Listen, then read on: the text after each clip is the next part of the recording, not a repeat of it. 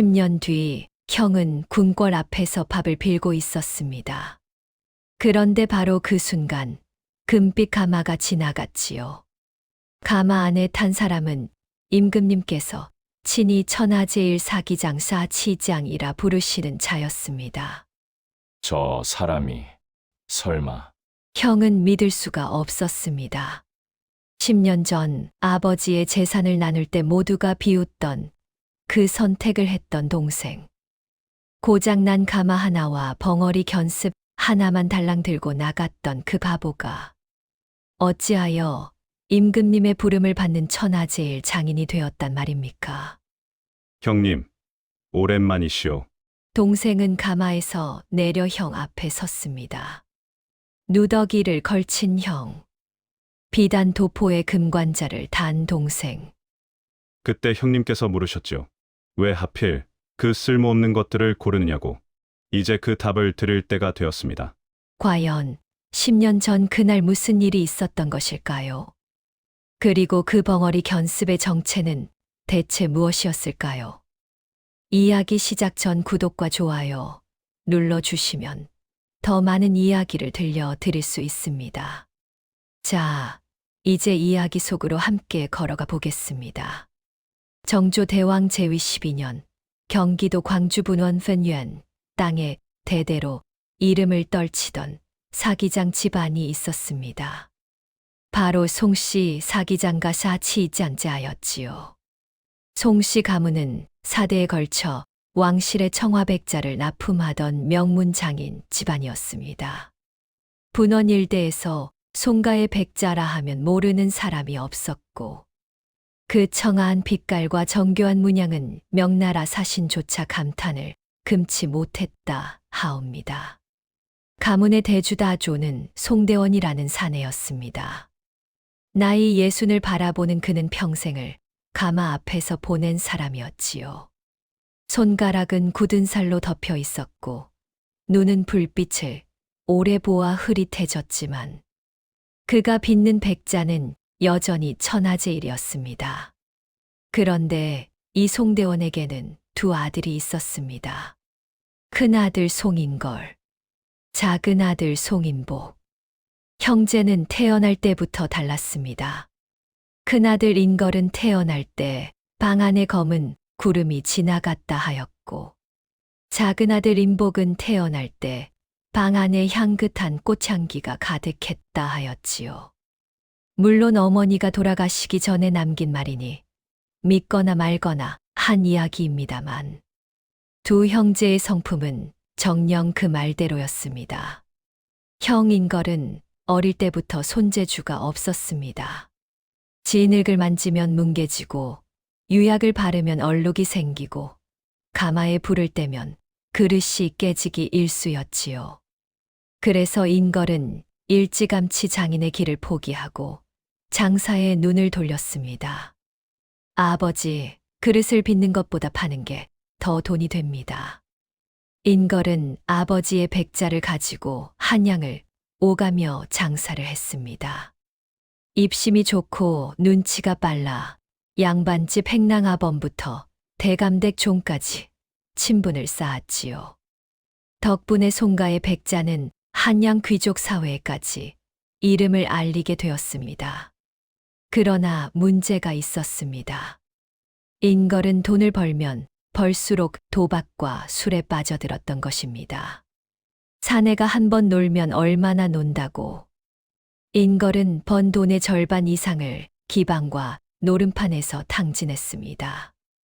아버지 송대원은 그런 큰아들을 보며 한숨을 쉬었지만 그래도 장사 수완만큼은 인정하지 않을 수 없었지요.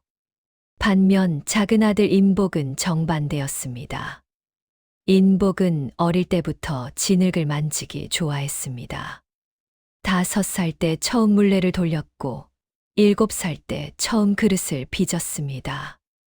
10살이 되었을 때 그가 빚은 작은 찻잔은 아버지조차 감탄하게 만들었지요. 이 아이는 타고났다. 하늘이 내린 손이야.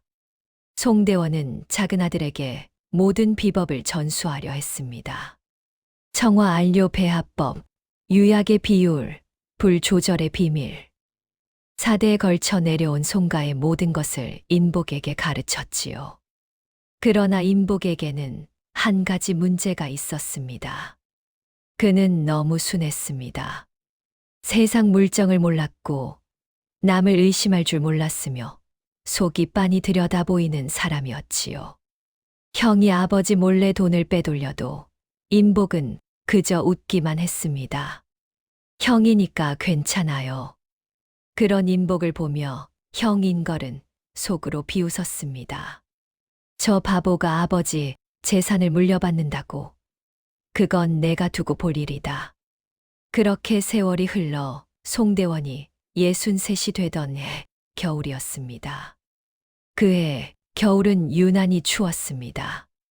한강이 꽁꽁 얼어붙어 소달구지가 그 위를 지나다녔고 분원의 가마에서 피워 올리는 연기만이 흰 눈 위에 검게 퍼져 나갔지요. 송대원은 그해 겨울부터 기침을 하기 시작했습니다. 처음에는 가벼운 기침이었습니다. 가마 앞에서 불을 떼다 보면 연기를 마시기 마련이니 대수롭지 않게 여겼지요.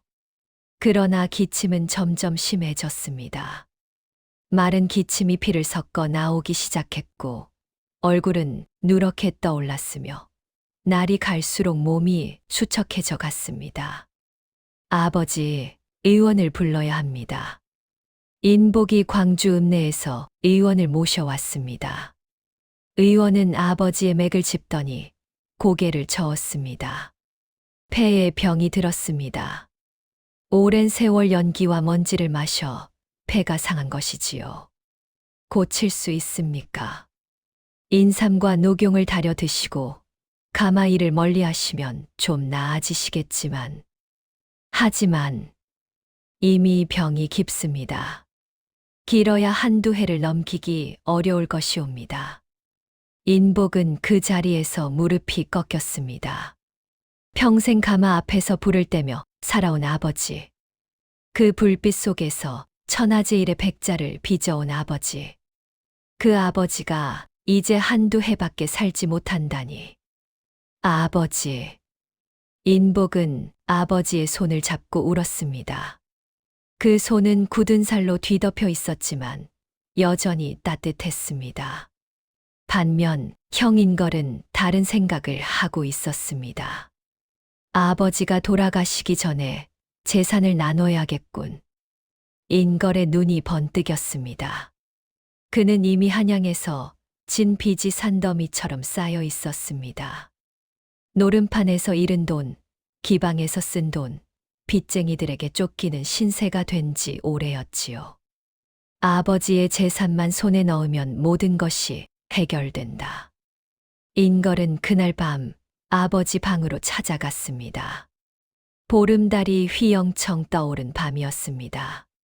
송대원은 병석에 누운 채 두 아들을 불러 앉혔습니다. 내가 오래 살지 못할 것 같구나. 두 아들은 아무 말도 하지 못했습니다. 인복은 눈물을 삼켰고 인걸은 눈을 빛냈지요. 그래서 오늘 너희에게 내 모든 것을 나눠주려 한다. 송대원이 손을 들어 방 안을 가리켰습니다. 그곳에는 송가의 재산 목록이 적힌 문서가 놓여 있었습니다. 송가의 재산 목록, 본가 한 채 방 5칸, 행랑채 3칸, 논 10마지기 소장료, 연쌀 30섬, 큰 가마 한 기 현재 가동 중, 연간 수입 은 50냐, 백토 채굴권 광주 남한산 아래, 청화 안료 5 항아리 명나라산, 값을 매길 수 없음. 완성된 백자 150점 한양 납품료, 은자 200냥 현금, 고장난 가마 한 기 10년째 방치, 수리비 은 30냥 예사, 견습종 1명 이름 도리, 나이 23, 벙어리. 형 인걸의 눈이 번쩍 떠졌습니다. 은자 200냥, 청화 안료, 완성된 백자 150점. 어림잡아도 은자 1000냥이 넘는 재산이었습니다. 한양에서 진 빚을 다 갚고도 남을 돈이었지요. 아버지, 형이 먼저 고르게 해 주십시오. 인걸이 벌떡 일어나 말했습니다. 송대원이 고개를 끄덕였습니다. 그리하여라. 형이 먼저 고르고 나머지는 인복이 가져가거라. 인걸은 재빨리 목록을 훑었습니다. 그리고 곧바로 자신이 가져갈 것들을 골랐지요. 저는 본가, 논열맞이기, 큰 가마, 청화 안료, 완성된 백자 150점, 그리고 은자 200냥을 가져가겠습니다. 인복은 가만히 형을 바라보았습니다. 형이 고른 것들은 송가 재산의 거의 대부분이었습니다. 남은 것은 백토 채굴권, 고장난 가마 하나, 그리고 벙어리 견습 하나뿐이었지요. 인보가 내 몫이 적으니 백토 채굴권이라도 가져가거라. 아버지가 안타깝다는 듯 말했습니다. 그러나 인복은 고개를 저었습니다. 아버지, 저는 고장난 가마와 견습도리만 가져가겠습니다. 방 안이 순간 조용해졌습니다. 인걸이 비웃음을 터뜨렸습니다. 하하하, 이 바보야, 그 고장난 가마가 뭐가 좋다고. 그 가마는 10년째 불도 못 대는 물건이야. 수리비만 은 30냥이 드는데 내가 그 돈이 어디 있어. 그리고 돌이? 저 벙어리가 뭘 할 수 있다고. 인걸은 배를 잡고 웃었습니다. 주변의 하인들도 고개를 설레설레 저었지요. 작은 도련님이 바보라더니 정말 바보시구나. 그러나 인복은 담담하게 대답했습니다. 형님, 저는 이것으로 충분합니다. 인걸은 코웃음을 쳤습니다. 좋아, 좋아. 내가 원하는 대로 해라. 나중에 후회해도 소용없다. 그렇게 재산 분배는 끝이 났습니다. 형 인걸은 송가의 거의 모든 재산을 차지했고, 동생 인복은 고장난 가마 하나와 벙어리 견습 하나만을 들고 집을 나섰습니다. 사흘 뒤 인복은 짐을 꾸렸습니다. 가진 것이라곤 누더기 같은 옷 몇 벌, 물레 하나, 그리고 아버지가 몰래 건네준 작은 보따리 하나뿐이었지요. 인보가. 아버지 송대원이 인복을 불렀습니다. 인복은 병석에 누운 아버지 앞에 무릎을 꿇었습니다. 아버지, 내가 왜 그 가마를 골랐는지 이 아비는 안다. 인복은 고개를 들어 아버지를 바라보았습니다. 송대원의 눈에는 눈물이 고여 있었습니다. 그 가마는 이 아비가 23세 처음 친 가마다. 젊은 시절 내 손으로 한 땀 한 땀 쌓아 올린 가마였지. 그 가마에서 처음으로 백자를 구웠을 때의 기쁨을 이 아비는 평생 잊지 못한다. 인복은 아버지의 손을 잡았습니다. 저도 압니다, 아버지. 그래서 그 가마를 고른 것입니다. 형님은 돈이 되는 것만 보셨지만 저는 아버지의 마음이 담긴 것을 보았습니다. 송대원의 눈에서 눈물이 흘러내렸습니다. 그리고 도리. 아버지가 말을 이었습니다. 도리는 보통 아이가 아니다. 3년 전 굶어 죽어가던 것을 내가 데려왔지. 말을 못하지만 그 아이의 눈을, 그 아이의 손을 이 아비는 잊을 수가 없었다. 인복은 고개를 끄덕였습니다. 그도 도리를 유심히 지켜봐 왔습니다.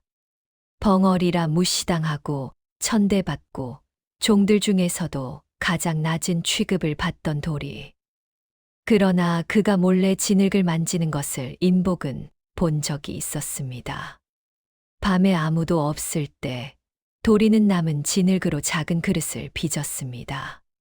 그 손놀림은 마치 신선이 내린 것 같았지요. 아버지, 도리의 손을 저도 보았습니다. 그래서 도리를 고른 것입니다. 송대원이 희미하게 미소 지었습니다. 가거라, 인보가.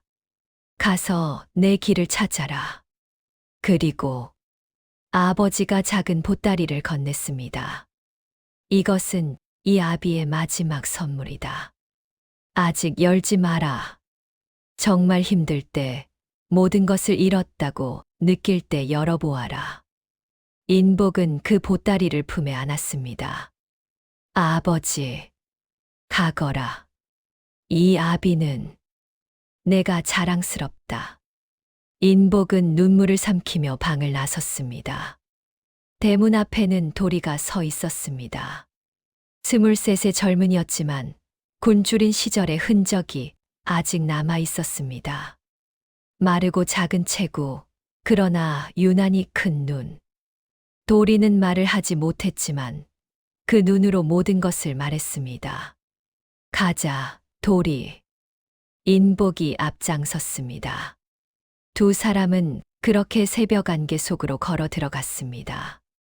형 인걸은 대문 틈으로 그 모습을 지켜보며 비웃었습니다. 인복과 도리가 찾아간 곳은 광주 남한산 자락의 외딴 곳이었습니다. 그곳에 고장난 가마가 있었지요. 인복은 가마를 보고 한숨을 쉬었습니다. 가마는 상상했던 것보다 훨씬 심하게 망가져 있었습니다. 지붕은 반쯤 무너져 내렸고 벽돌은 갈라지고 떨어져 나갔으며 굴뚝은 새들의 둥지가 되어 있었지요. 10년간 방치된 세월의 흔적이 역력했습니다. 이걸 어떻게... 인복은 막막했습니다. 가마를 수리하려면 최소 은 30냥이 필요했습니다. 그러나 인복에게는 은 한 냥도 없었지요. 게다가 진흙을 구할 곳도, 땔감을 살 돈도, 유약을 만들 재료도 없었습니다. 형님 말이 맞았던 걸까? 인복이 풀이 죽어 앉았을 때였습니다. 도리가 다가왔습니다. 벙어리 견습은 말을 하지 못했지만 대신 손짓으로 무언가를 가리켰습니다. 가마 뒤편이었습니다. 인복은 도리를 따라 가마 뒤편으로 돌아갔습니다. 그리고 놀라지 않을 수 없었습니다. 가마 뒤편에는 작은 움막이 있었습니다. 지붕은 억새로 엮어져 있었고 안에는 물레 하나와 진흙 덩어리들이 쌓여 있었지요. 이게 뭐냐? 인복이 물었습니다. 도리는 대답 대신 물레 앞에 앉았습니다. 그리고 진흙을 집어들었지요. 물레가 돌기 시작했습니다. 인복은 숨을 죽이고 지켜보았습니다. 도리의 손이 진흙 위를 스쳤습니다. 마치 춤을 추듯, 바람이 흐르듯, 물이 굽이치듯. 진흙 덩어리가 순식간에 형태를 갖추기 시작했습니다. 한 시즌이 지났을 때 인복은 눈앞의 광경을 믿을 수 없었습니다. 그것은 찻잔이었습니다. 벽이 종이장처럼 얇고 곡선이 달처럼 매끄러운 찻잔. 인복은 평생 백자를 빚어왔지만 이렇게 완벽한 형태는 처음 보았습니다. 도리. 도리는 고개를 숙인 채 아무 말도 하지 않았습니다. 아니, 말을 할 수 없었지요. 그러나 그의 눈에는 불꽃이 타오르고 있었습니다. 인복은 그제야 깨달았습니다. 아버지가 왜 이 벙어리 견습을 데려왔는지, 그리고 자신이 왜 도리를 골랐는지. 도리. 인복이 도리의 어깨를 잡았습니다. 내가 진짜 장인이었구나. 형님은 모르고 가마와 은을 가져갔지만 진짜 보물은 바로 너였어. 도리의 눈에 눈물이 고였습니다. 태어나서 처음으로 자신의 재능을 인정받은 것이었습니다. 그러나 재능만으로는 밥을 먹을 수 없었습니다. 가마가 고장났으니 그릇을 구울 수 없었고, 그릇을 구울 수 없으니 팔 수도 없었지요. 인복과 도리는 굶주리기 시작했습니다. 첫날은 움막에 남아있던 보리죽을 나눠 먹었습니다. 둘째 날은 산에서 캔 칡뿌리로 허기를 달랬습니다. 셋째 날은 물만 마셨습니다. 이러다간 인복은 초조해졌습니다. 그때 도리가 무언가를 가리켰습니다. 가마 옆에 쌓여있는 깨진 백자 조각들이었습니다.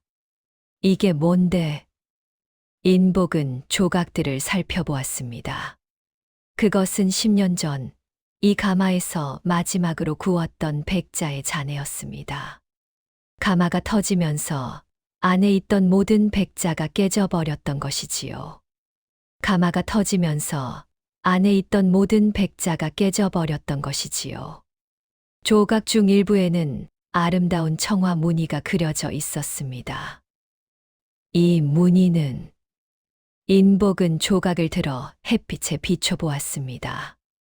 그리고 깨달았습니다.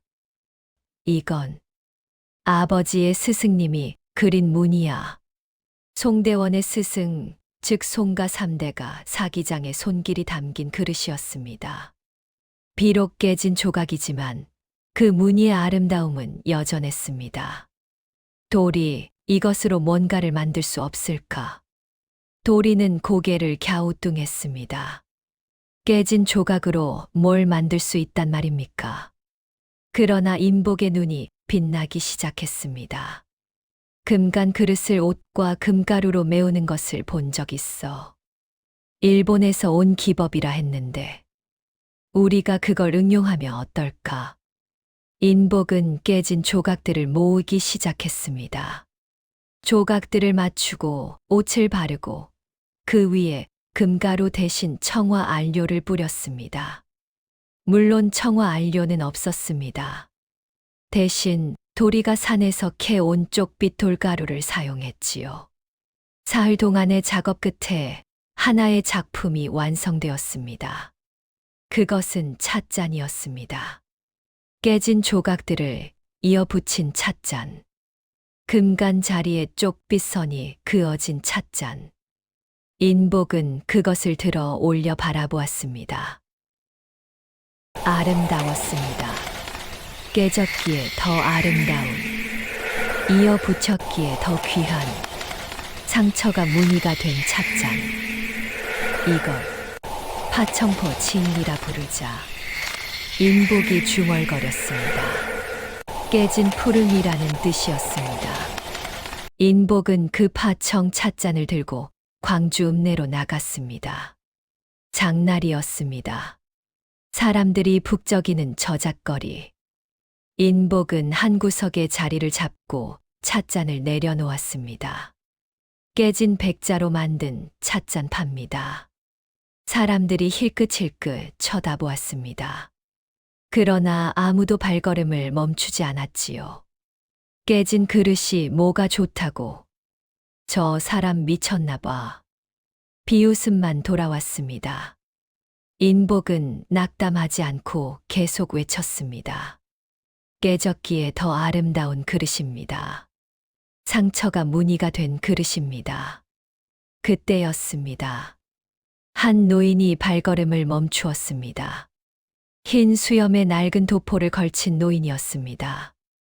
그게 무슨 말이냐? 노인이 물었습니다.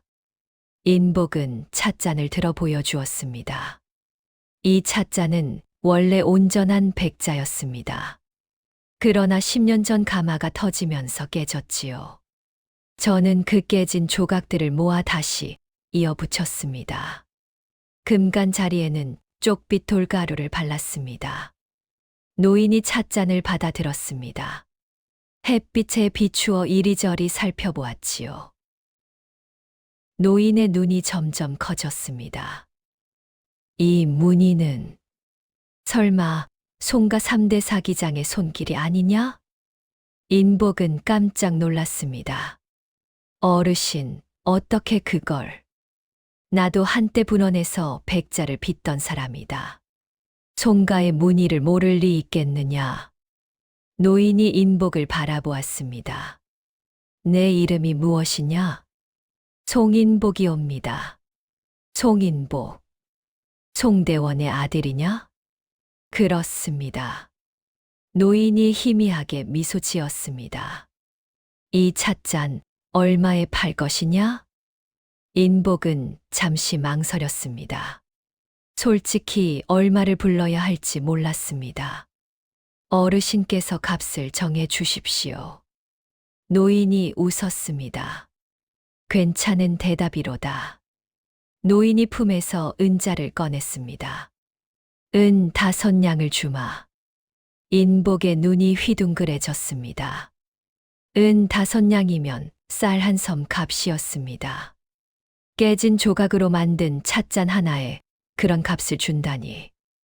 어르신, 너무 많습니다. 아니다.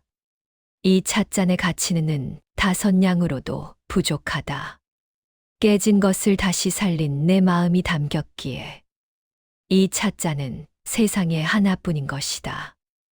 노인이 찻잔을 품에 안았습니다. 앞으로 더 만들 수 있느냐? 예, 깨진 조각이 많이 있습니다. 좋다.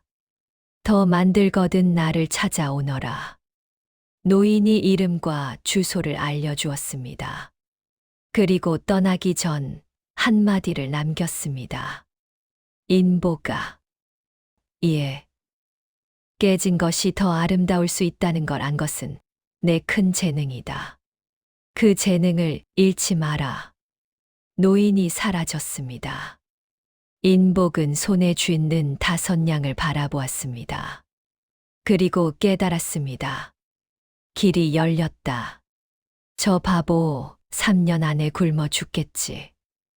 그러나 그것은 착각이었습니다. 인걸은 아직 몰랐지요. 자신이 얼마나 큰 실수를 저질렀는지를. 한편 형 인걸은 같은 시각 한양에서는 형 인걸이 술상 앞에 앉아 있었습니다. 자, 한 잔 더. 인걸은 기생들에 둘러싸여 술을 마시고 있었습니다. 아버지의 재산을 차지한 뒤 그는 곧바로 한양으로 올라왔습니다. 완성된 백자 150점을 팔아 은 300냥을 손에 넣었고 청화 안료 일부도 팔아 은 200냥을 더 마련했지요. 은 500냥.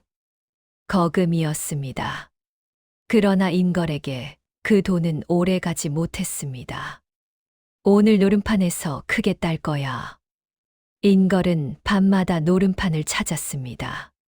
처음에는 조금씩 땄습니다. 그러나 욕심이 커지면서 판돈도 커졌습니다. 그리고 판돈이 커지니 잃는 돈도 커졌지요. 한 달 만에 은 300냥을 잃었습니다. 2달 만에 청화 안료를 다 팔아버렸습니다.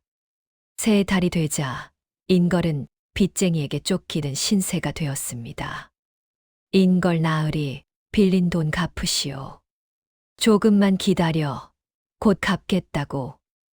인걸은 광주로 도망쳤습니다. 아버지의 본가로 돌아간 것이었지요. 그러나 본가에 도착한 인걸은 충격을 받았습니다.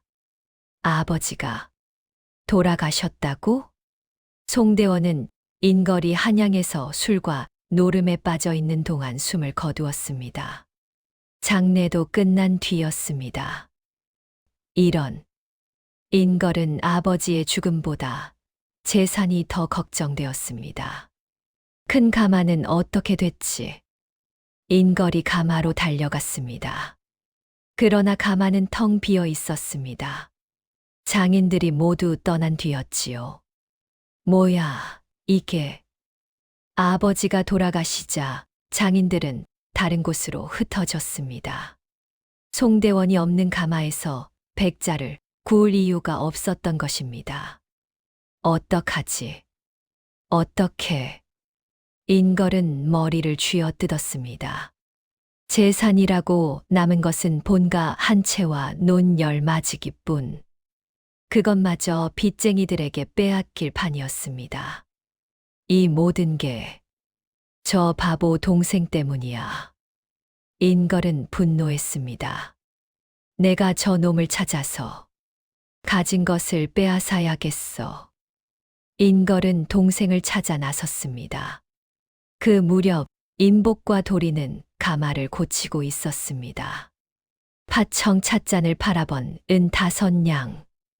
그것으로 가마 수리에 필요한 벽돌과 흙을 샀습니다. 물론은 5냥으로는 턱없이 부족했습니다. 가마를 완전히 고치려면 은 30냥이 필요했으니까요. 그러나 인복은 포기하지 않았습니다. 도리, 우리가 직접 벽돌을 만들자. 인복과 도리는 밤낮으로 일했습니다. 진흙을 파서 반죽하고 벽돌 틀에 넣어 말렸습니다. 깨진 벽을 뜯어내고 새 벽돌로 쌓아 올렸습니다. 무너진 지붕을 고치고 굴뚝에 새 둥지를 치웠습니다. 한 달이 걸렸습니다. 2 사람의 손은 갈라지고 피가 났지만 드디어 가마가 형태를 갖추기 시작했습니다. 이제 불을 넣어보자. 인복이 떨리는 손으로 불을 붙였습니다. 불길이 가마 안으로 들어갔습니다. 처음에는 연기만 피어올랐습니다. 그러나 점점 불길이 커지면서 가마가 달아오르기 시작했습니다. 인복은 숨을 죽이고 지켜보았습니다. 제발, 가마가 터지지 않고 불을 품었습니다. 됐다. 인복이 환호했습니다. 도리도 눈물을 글썽이며 손뼉을 쳤지요. 10년 만에 가마에 불이 들어온 것이었습니다.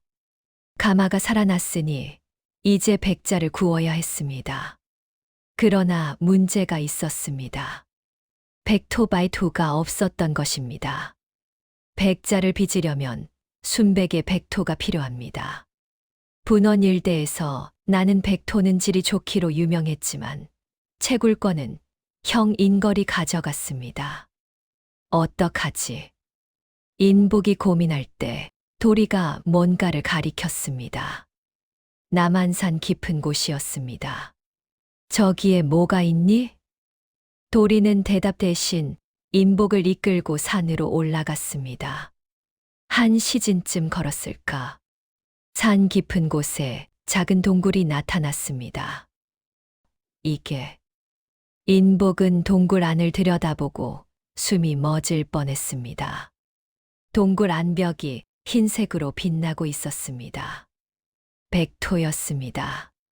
그것도 분원의 백토보다 더 희고 곱고 순수한 백토. 도리, 이걸 어떻게... 도리는 대답하지 않았습니다. 아니, 대답할 수 없었지요. 그러나 그의 눈빛이 말했습니다. 2년 전 이곳에서 굶어 죽어가던 때 찾았습니다. 인복은 도리를 꼭 껴안았습니다. 고맙다, 도리. 내가 있어서. 내가 살아남을 수 있었어. 2 사람은 백토를 가마로 옮겼습니다. 그리고 인복은 평생 처음으로 자신만의 백자를 빚기 시작했습니다. 아버지에게 배운 기법, 도리에 신들린 손놀림, 그리고 인복만의 감각. 3 가지가 합쳐져 하나의 백자가 탄생했습니다. 가마에서 꺼낸 백자를 본 순간 인복은 눈물을 흘렸습니다. 아버지. 그것은 아버지의 백자와 닮았지만 동시에 전혀 새로운 백자였습니다. 달빛을 머금은 듯한 은은한 빛깔, 구름을 그린 듯한 부드러운 곡선, 손에 쥐면 살아있는 것 같은 온기. 인복은 그 백자를 월운유의 윤이라 이름 붙였습니다. 달빛 속 구름이라는 뜻이었지요. 인복의 월운 백자는 곧 소문이 났습니다. 처음에는 광주 읍내의 양반들 사이에서, 그 다음에는 수원의 상인들 사이에서, 그리고 마침내 한양까지 소문이 퍼졌습니다. 분원에 새로운 사기장이 나타났다더군. 송가의 아들이라는데 아버지보다 낫다더라. 그 월운이라는 백자 한 점에 은 20냥씩 한다더니 한양의 부유한 양반들이 인복의 백자를 사러 왔습니다. 인복은 바빠졌습니다. 가마에서 밤낮으로 백자를 구웠고 도리는 쉴 틈 없이 그릇을 빚었습니다. 은이 모이기 시작했습니다. 1년이 지나자 은 100냥, 2년이 지나자 은 300냥, 3년이 지나자 은 500냥. 인복은 더 큰 가마를 지었습니다. 장인들을 고용했습니다. 그리고 광주 분원 일대에서 송인복이라는 이름이 울려 퍼지기 시작했습니다. 송가의 사대가 끊긴 줄 알았는데 작은 아들이 이어받았군. 아버지보다 낫다더라. 아니, 송가 역대 최고라 하더라. 그러나 인복은 기뻐하지 않았습니다. 아직 부족해. 아버지의 경지에 도달하려면 아직 멀었어. 인복은 계속 정진했습니다. 그리고 그 옆에는 항상 도리가 있었습니다. 그러나 행복은 오래가지 못했습니다. 어느 날 밤 인복의 집에 불청객이 찾아왔습니다. 인복아, 인걸이었습니다. 형은 완전히 망한 상태였습니다. 본가는 빚쟁이에게 빼앗겼고 논도 팔렸으며 입은 옷은 누더기가 되어 있었습니다. 형님, 닥쳐. 이게 다 내 탓이야. 인걸이 고함쳤습니다. 내가 아버지의 백토 채굴권을 안 가져갔으니 내가 장인들을 부릴 수 없었잖아. 내가 좋은 장인들을 다 데려갔으니 내 가마가 망한 거야. 인복은 가만히 형을 바라보았습니다. 형님, 저는 백토 채굴권을 가져가지 않았습니다. 장인들을 데려간 적도 없습니다. 형님이 술과 노름에 빠져 재산을 탕진한 것을 제 탓이라 하시면 그것은 억울합니다. 인걸의 얼굴이 불그락푸르락해졌습니다. 닥쳐. 내 재산을 나눠라. 내가 번 돈의 절반을 내게 주어. 안 그러면 인걸이 품에서 칼을 꺼냈습니다. 죽여버리겠어. 인복은 물러서지 않았습니다. 형님, 저는 형님의 동생입니다.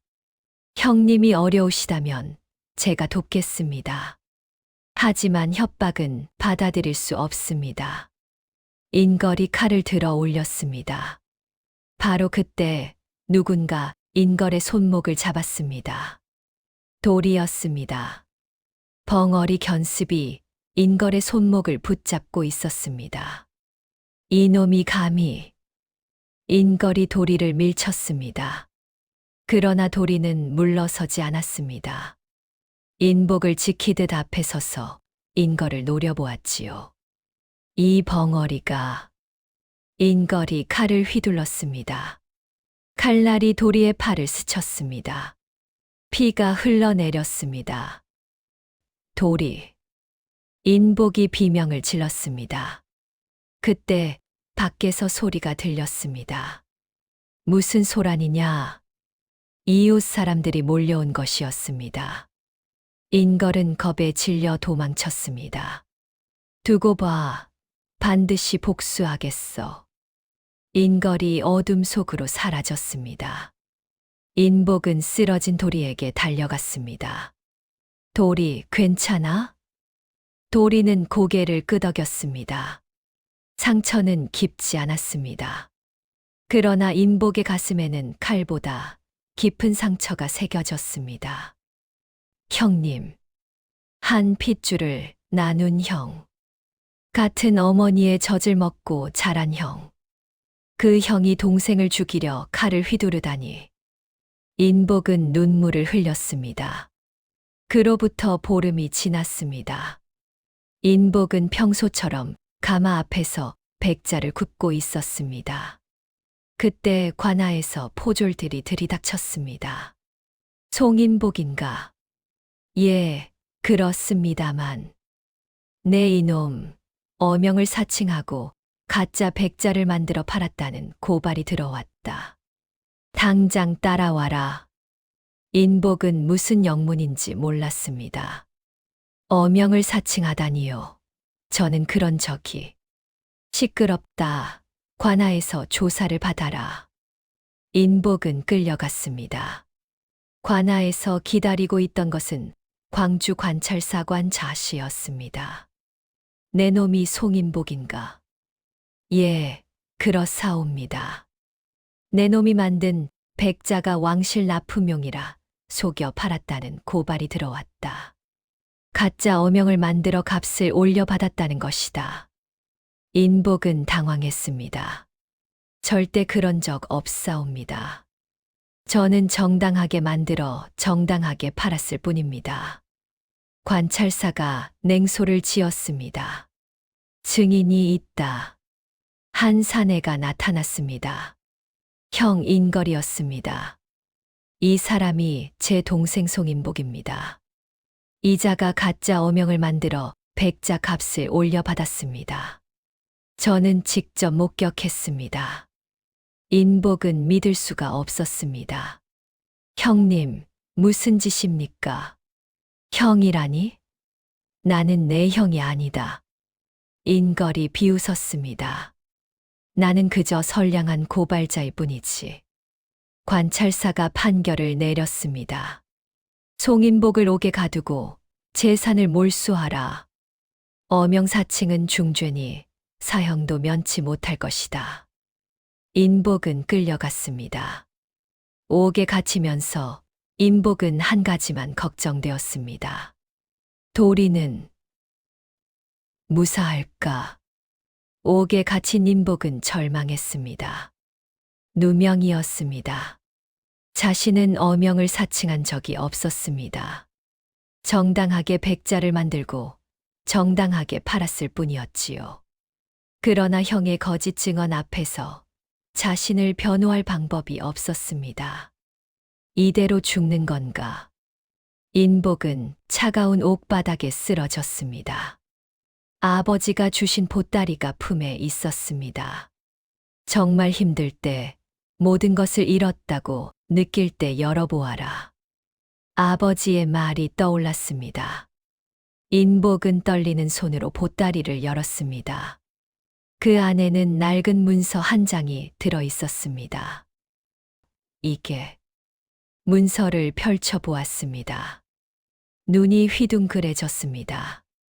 그것은 왕실에서 발급한 사기장 면허사 치장 면슈였습니다.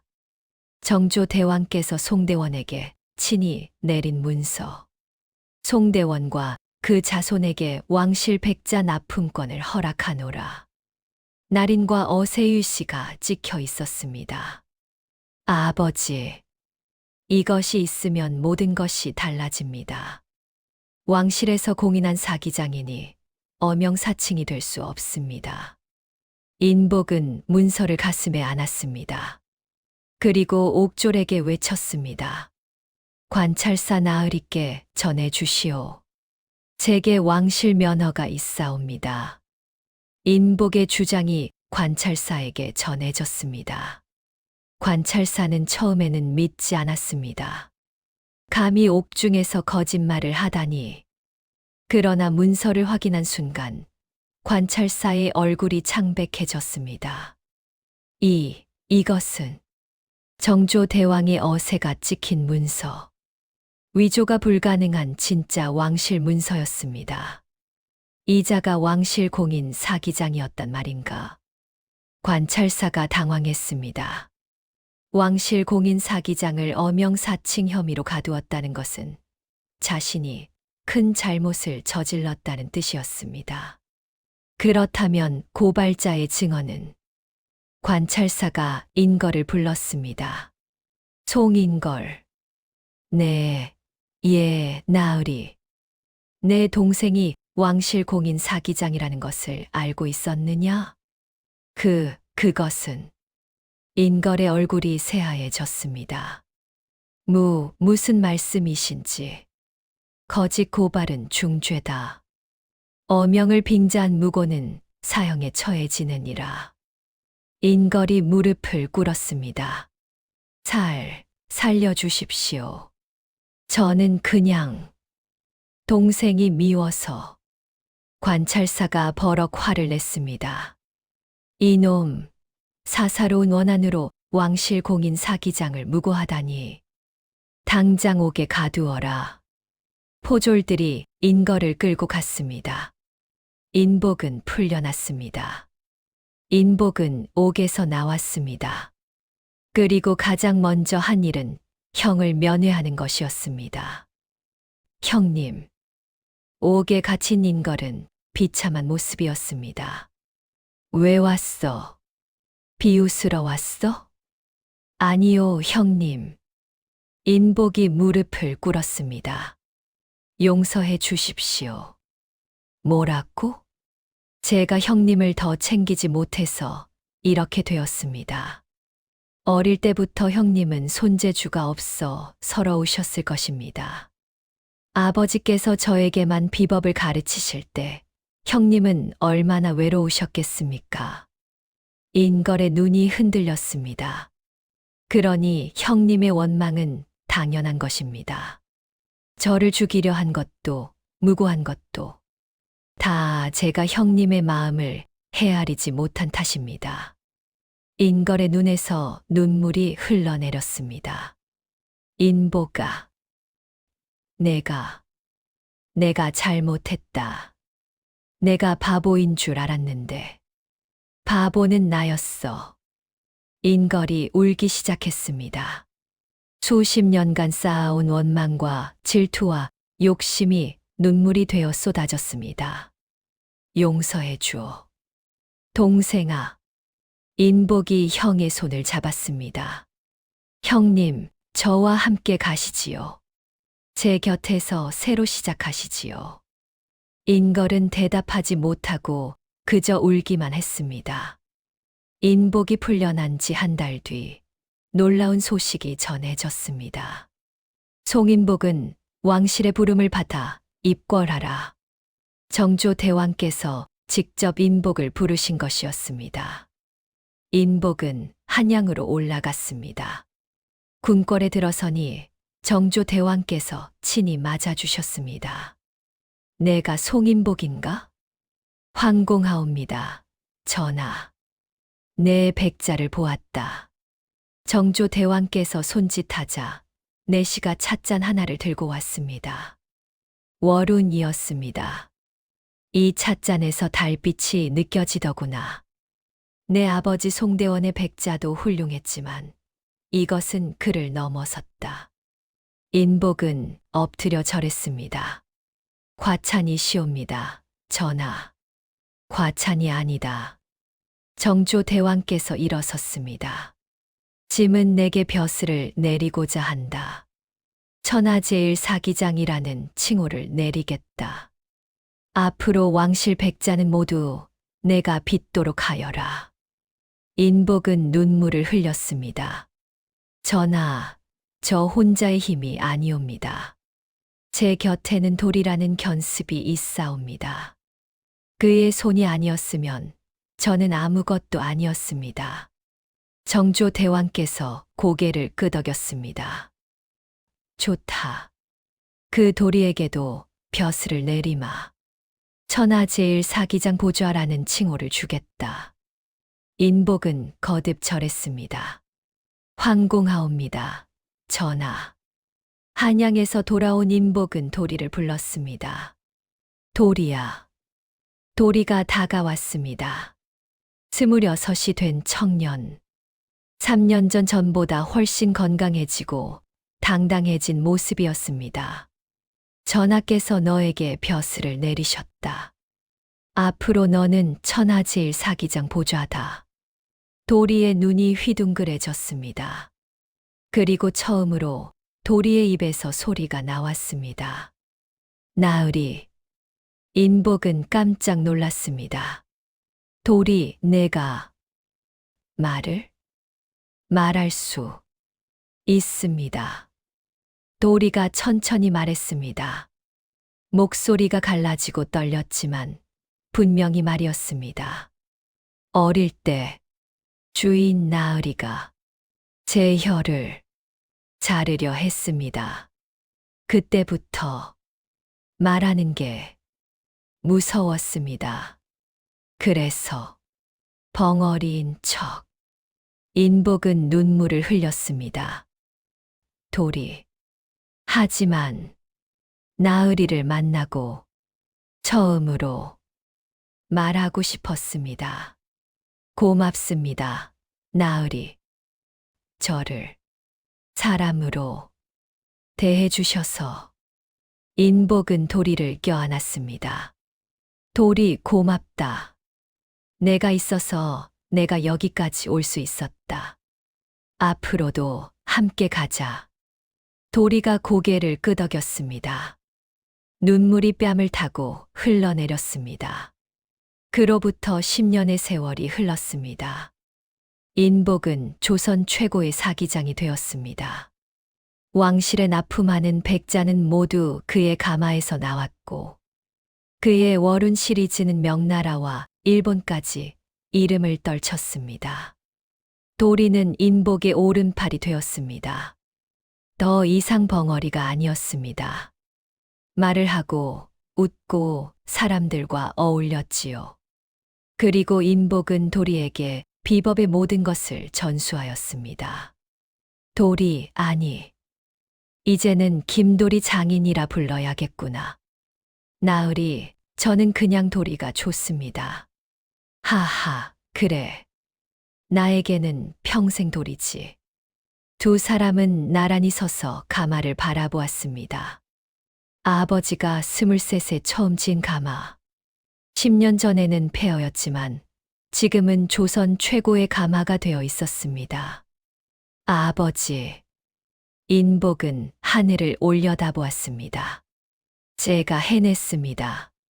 제스무장 형의 귀환. 그때 대문 앞에서 소리가 들렸습니다. 인보가 형 인걸이었습니다.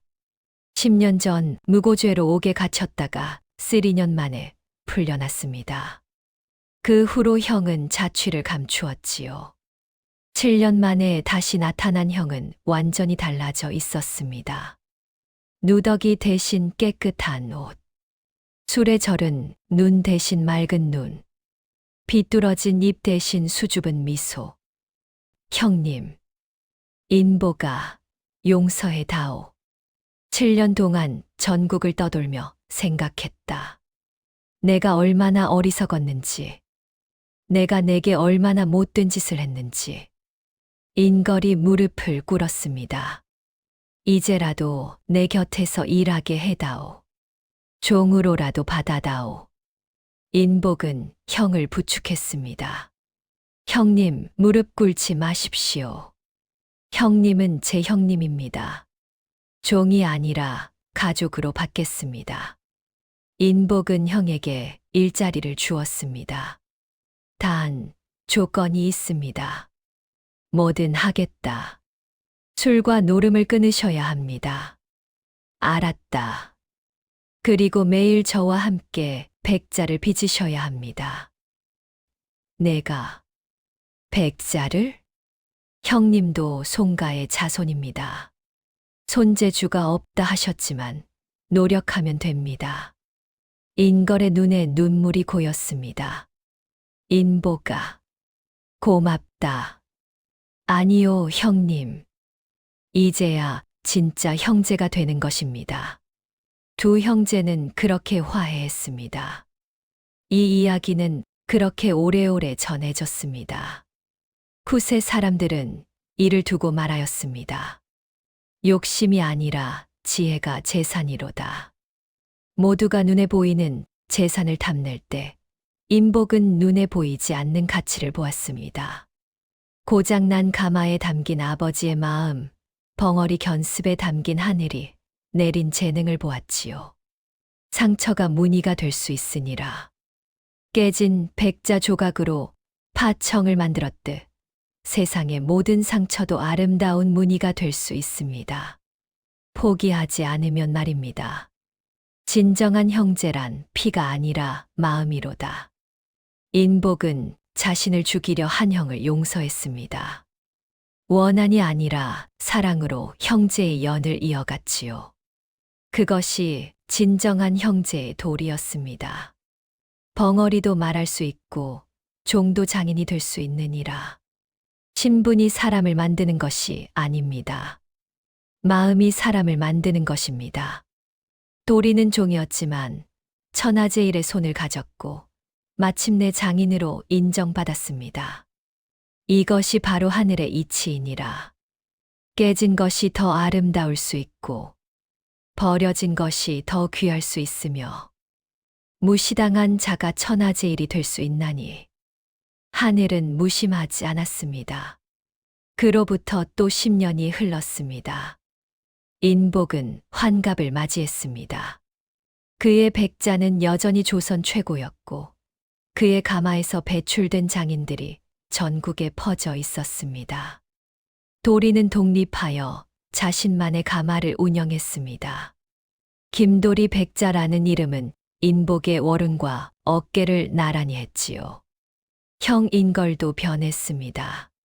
손재주는 끝내 없었지만 장사 수완을 살려 인복의 백자를 한양에 팔았습니다. 술과 노름을 끊고 성실한 장사꾼이 되었지요. 환갑잔치 날 인복은 가마 앞에 섰습니다. 아버지, 보고 계십니까? 하늘을 올려다보았습니다. 구름 사이로 달빛이 내려왔습니다. 마치 아버지가 웃고 있는 것 같았지요. 제가 해냈습니다. 인복은 눈물을 흘리며 웃었습니다. 그 옆에는 도리가 서 있었고 형 인걸이 서 있었습니다. 세 사람은 나란히 서서 달을 바라보았습니다. 달빛이 그들의 얼굴을 비추었습니다.